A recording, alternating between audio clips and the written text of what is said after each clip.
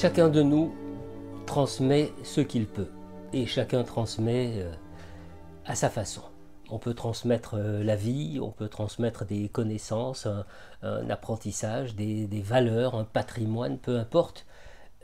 L'important, me semble-t-il, c'est d'être au clair avec les raisons qui nous poussent à faire acte de transmission. Et comprenez bien sûr que lorsque j'évoque les raisons en question, il ne s'agit évidemment pas de celles qui viennent spontanément comme ça dans notre parole, en première ligne, si je peux dire, les mots se bousculant presque pour apporter vite une justification évidente à nos actes de transmission. Non, je veux parler des autres raisons, celles qui se trouvent derrière le premier jet, et parfois loin derrière. Des raisons plus profondes et qui demandent à être débusquées, presque exhumées. Vous voyez à l'image de ces couches de civilisations anciennes qui apparaissent seulement après que les couches chronologiquement plus récentes ont été délicatement détachées de la surface. Donc s'interroger sur l'objet, sur la matière, la nature de sa transmission. Et alors au fond, oui, se demander qu'est-ce que je transmets. Qu'est-ce que je transmets de la matière, certes, que j'ai moi-même auparavant acquise et que je m'efforce de faire passer du mieux que je le peux, mais pas seulement. Pas seulement parce que parallèlement à la matière, il arrive que l'on transmette parfois un peu de ce que nous sommes, un petit quelque chose de nous-mêmes.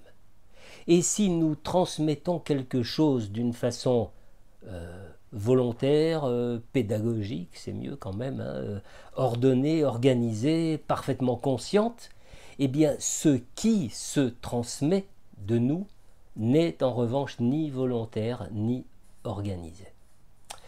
Il m'arrive ainsi de repenser à ce professeur d'histoire-géographie qui fut le mien en première et en terminale. Et son visage m'apparaît comme si l'homme était soudain là, devant moi, vêtu de son éternel et toujours impeccable costume gris sombre, croisé sur une chemise blanche.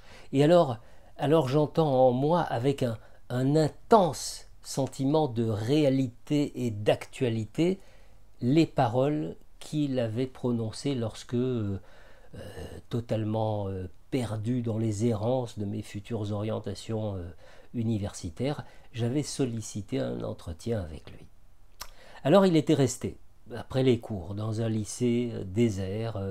Il s'était assis, comme toujours, sur le bureau, les jambes pendantes et sans repos, et moi, face à lui, assis à ma table de lycée.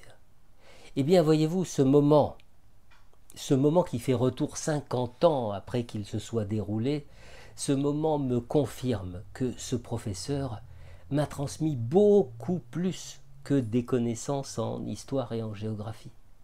Il m'a transmis une façon de penser, une façon de me tenir dans la vie, une idée du droit, de la loi, de l'altérité, de la responsabilité personnelle, c'est-à-dire autant de lignes de force qui sont devenues miennes parce qu'elles venaient de lui.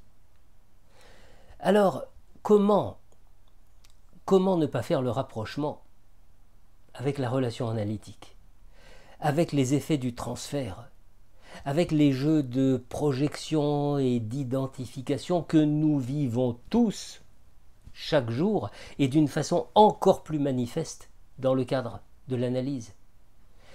Ainsi, sans évidemment la rechercher, l'analyste ne peut échapper à la transmission, à l'analysant, de quelque chose de ce qu'il est. Un des buts du travail étant que l'analysant, s'il en conserve peut-être quelque chose, ne devienne pas pour autant un clone de celle ou celui qui l'accompagne plusieurs fois par semaine pendant des années.